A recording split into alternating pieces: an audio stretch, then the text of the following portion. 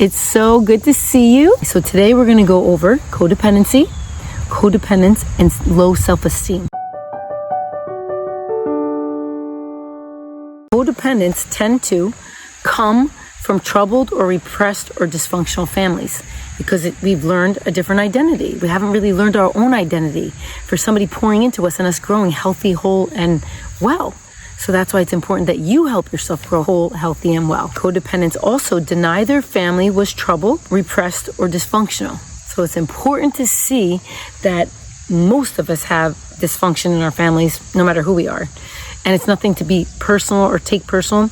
You can't give what you don't have. So if your parents didn't have it to give it to you, they couldn't give you more than what they gave. So it's not personal against you. So you don't have to blame them for your life. Not saying that they didn't have any part of that, because a lot of times they did. And of course, if there's great abuse, that's a process to be able to fix and heal that brokenness. But 100% that brokenness can be healed. 100%. So anyway, let's keep going.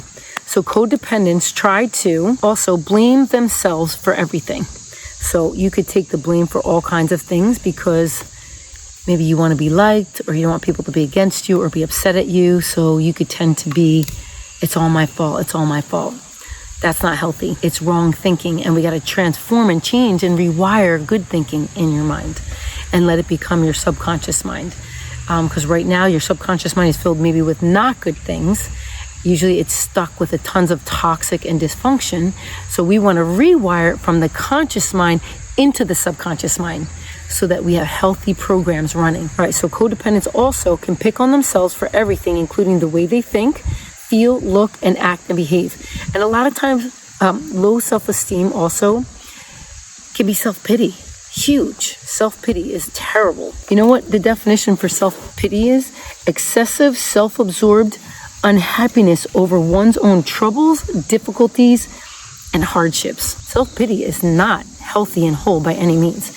Feeling sorry for yourself does not fix or help you or anyone else. Ever. All right, so codependents with low self-esteem also can reject compliments or praise. They can never take a compliment. If somebody says, oh, you look so beautiful, that's such a pretty dress, they're like, oh, well, I have wrinkles in it, or oh, well, I have a better one that's home and I didn't know which one to wear, and right, they just can't receive the compliment. Remember, if somebody's giving you a compliment, say thank you. It's simple.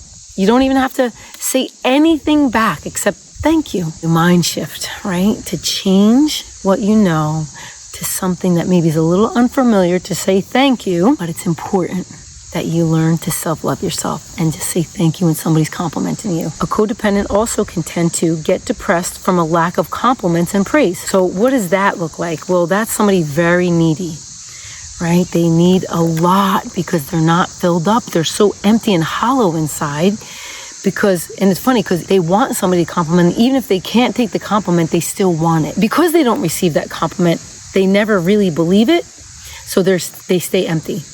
And that's what you don't want to do. You don't want to stay empty. You want to stay filled and whole and healthy and well. So also, codependents with low self-worth also can fear rejection. So they live in this fear all the time.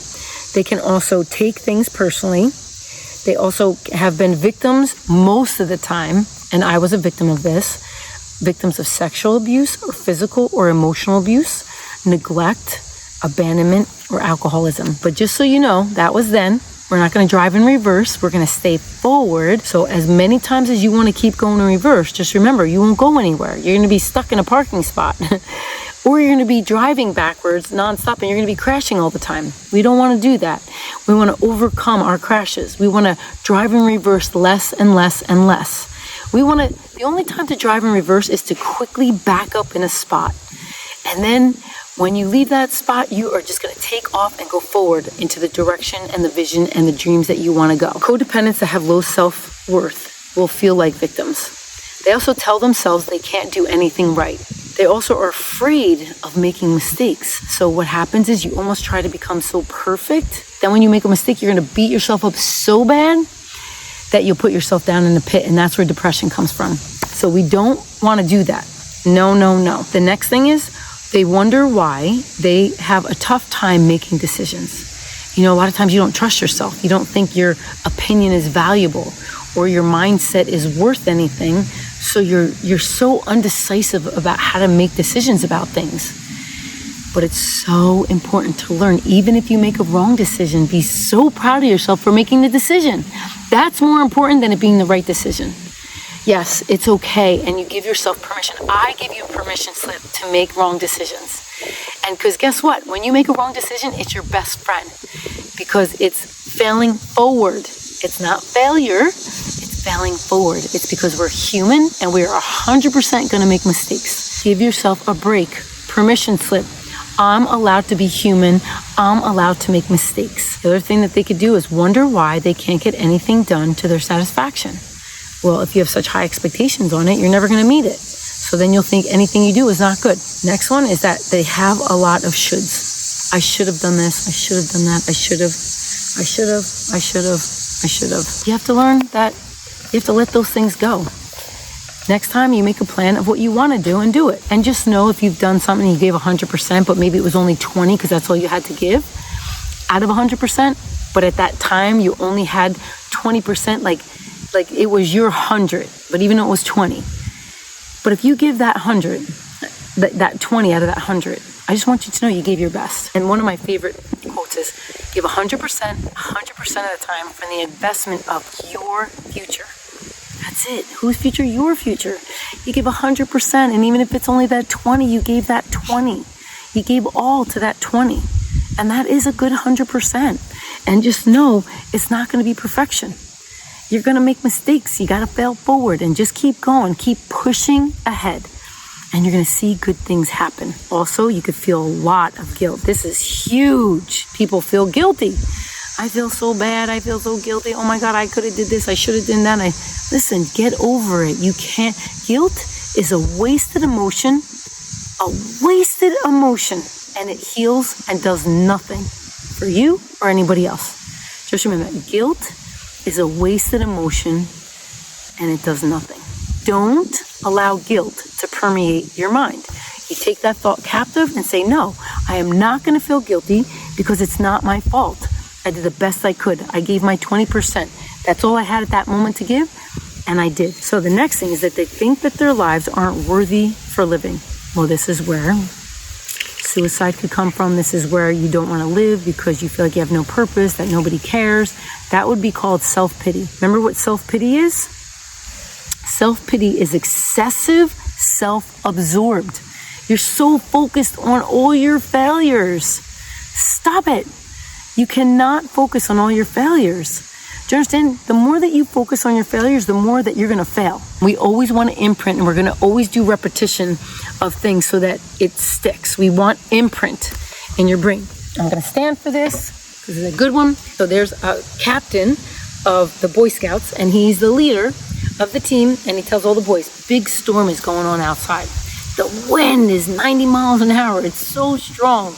Maybe not that strong, but it's at least 60. Okay, the rapids are roaring and they're so afraid. They're like, no, we can't go on our trip today. They were so excited about this trip.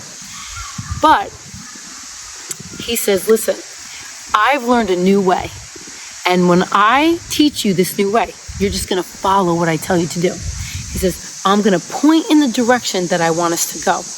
And all you guys, because he has this good team, you guys are all going to row as hard as you can in the direction I'm pointing my finger. So he's going to point in that direction, and the whole team is going to follow him, and they're just going to focus on his finger only and the direction his finger is going. So they're doing it. They get through the first big adventure, and then they got to go to the next one, and they're scared, but the momentum is there now because they got down the first one with victory. Well, guess what? They got down that next adventure with great success. And then the third one was the biggest one. And let me tell you, they did it with victory, right? These waves are crashing over them. They didn't focus on those waves crashing over them. They focused on the direction they were going. They're like, how did we do that? They didn't know how they did it. And he said, I'm going to tell you what I didn't do this time. Every other time, I said, watch out for the rock. Oh my God, the rock, be careful. Don't go into the rock. We're going into the rock. Guys, move away from the rock. He's making them focus on that rock. All of them were focused on the rock. They weren't focused on the direction. They were focused on the rock. We have to stop that. No focusing on the rock. Anyway, I hope that you guys enjoyed this video. on laser focus, right? You need to focus on what is good, and this is about low self-esteem and codependency. We want to get rid of codependency in every area and form of codependency. We want to become healthy, happy, whole, and complete individuals. So just remember, what are you going to focus on? Whatever you focus on is what you do. So you focus on positive, good things, good, positive things will happen. If you focus on the rock, the negative things, you will go into a deep, dark depression, and you don't need to.